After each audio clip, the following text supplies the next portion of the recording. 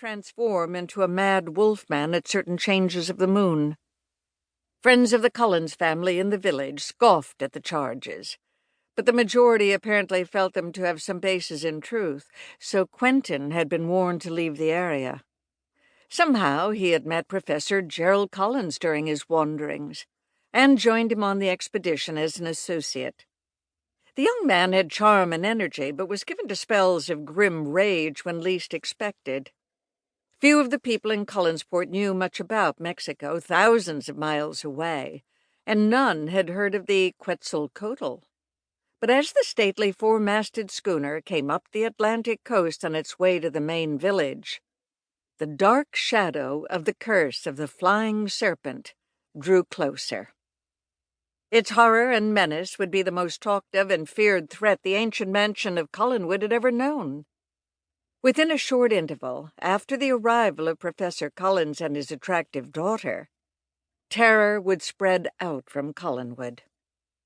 A loathsome monster would be unleashed on the community to kill again, and again in a shocking fashion, a creature so horrifyingly ugly that the very sight of it was said to cause paralysis of its victims, and even death from heart seizure. But Professor Collins had foreseen none of this 6 months before, in the lush jungle setting of Guadalajara, where he had set up his camp to explore the site of a long-lost Aztec village. His expedition to Mexico had been crowned with success, and from the ruins of the ancient village, he had unearthed many items related to the culture of the early civilization, along with treasures in gold and precious gems.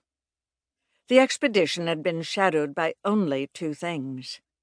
One was the difficulty in keeping native help, since many of the local people were superstitious, and fear that the uncovering of the village, along with the burial places of many of its elders, might bring the curse of Quetzalcoatl upon them. It was the first time Professor Collins had heard of the ancient curse of the feathered serpent, and though he did his best to persuade the hired natives that their fears were groundless, he had little influence on them. The second problem was the difficult behavior of Quentin Collins.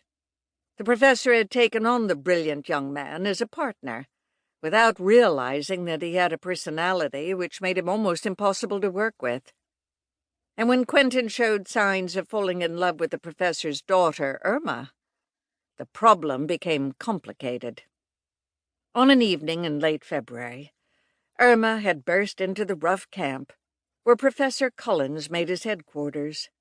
Standing in the dark shelter, lighted only by a single flickering candle, she complained to her father about Quentin's unwelcome attentions.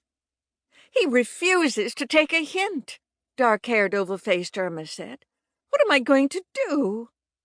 Her father, bald and mild-looking, listened to her story with a cloud on his sensitive face. "There is only one thing to do," he said. "I must ask Quentin to leave the expedition." "But can you manage that at this late date?" "Oh, I feel it must be done," her father said firmly. "Quentin doesn't get along with the workers, and he constantly makes a nuisance of himself with you. He has done nothing to help the expedition, and a great deal to harm it." Irma had sensitive, fine features like her father, and liquid grey eyes. These now mirrored her worry. "I'm sure he doesn't feel that way. To hear him, we would never have found the hidden village without him." Gerald Collins frowned. "Oh, that simply isn't true. Unpleasant as the prospect is, I must face talking to him and getting all this settled." "I think he's been doubly troublesome since you received that letter from Collinsport," Irma suggested. Her father sighed. "I believe you're right. It seemed to upset him that Collinwood was left to me." Her glance was knowing. "After all the awful stories he has told us about the house and the people in the village, I don't see why he should mind." "From all that I gather, Quentin got in some serious difficulty there," her father said. "He has been vague about the details, and of course he's very vindictive." "Well, that's why I feel..."